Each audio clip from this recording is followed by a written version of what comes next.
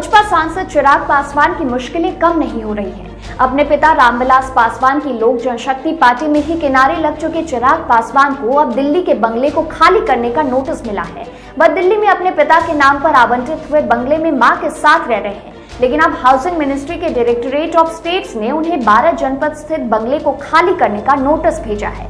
फिलहाल रामविलास पासवान की पत्नी, बेटे चिराग पासवान और कुछ अन्य परिजन इस बंगले में रह रहे हैं। रामविलास पासवान के निधन के बाद केंद्र की मोदी सरकार में उनके छोटे भाई पशुपति पारस को जगह दी गई, जबकि चिराग पासवान को उनकी ही पार्टी के नेताओं ने अध्यक्ष पद से बेदखल कर दिया। चिराग पासवान और उनकी मां को पहले भी बंगला खाली करने के लिए नोटिस भेजा गया था।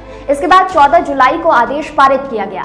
हालांकि चिराग पासवान को सांसद के तौर पर एक और बंगला मिला हुआ है। इसके बाद भी वह 12 जनपद वाले बंगले को खाली करना ही नहीं चाहते।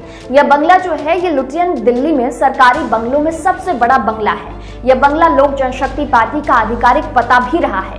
इसे रामविलास पासवान पार्टी कार्यालय के तौर पर भी इस्तेमाल करते थे। रामविलास पासवान ने इस बंगले के अंदर ही अपना और बेटे चिराग पासवान का दफ्तर भी बनवा लिया था। बंगला खाली करने का आदेश जब जारी हुआ तो पहले चिराग पासवान ने कुछ वक्त भी मांगा था। उन्होंने कहा था कि पिता की पहली पुण्यतिथि तक वो इसमें रहना चाहते हैं। पिछले महीने मोदी मंत्रिमंडल के विस्तार में 40 से ज्यादा नए मंत्री बनाए गए थे। इन सभी मंत्रियों को नए घर आवंटित किए जा रहे हैं। ऐसे में स्वर्गीय रामविलास पासवान का बंगला भी किसी नए मंत्री को आवंटित किया जाएगा। हाउसिंग मिनिस्ट्री की ओर से चिराग पासवान के चाचा पशुपति पारस को 12 जनपद स्थित बंगले में शिफ्ट होने को कहा गया था, लेकिन उन्होंने यह प्रस्ताव खारिज कर दिया था। पारस का कहना था कि इससे राजनीतिक तौर पर गलत संदेश जाएगा। पारस के बाद इस बंगले को एक और केंद्रीय मंत्री को आवंटित किया गया, लेकिन उन्होंने भी मना कर दिया था। बता दें कि रामविलास पासवान इस बंगले में अपनी मृत्यु तक करीब 3 दशकों तक रहे थे। आपको बता दें कि पिछले महीने ही चिराग पासवान ने शहरी विकास मंत्रालय से मकान खाली करने के लिए थोड़ा और समय मांगा था।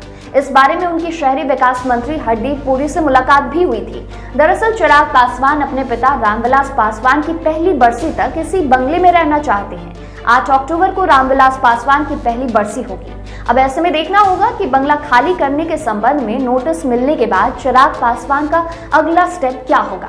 अभी के लिए इतना ही। आप बने रहिए इनसाइडर लाइव के साथ। ये वीडियो अगर आप फेसबुक पर देख रहे हैं तो हमारे फेसबुक पेज को लाइक फॉलो कर लें। यूट्यूब पर देख रहे हैं तो हमारे यूट्यूब चैनल इनसाइडर लाइव को सब्सक्राइब कर लें।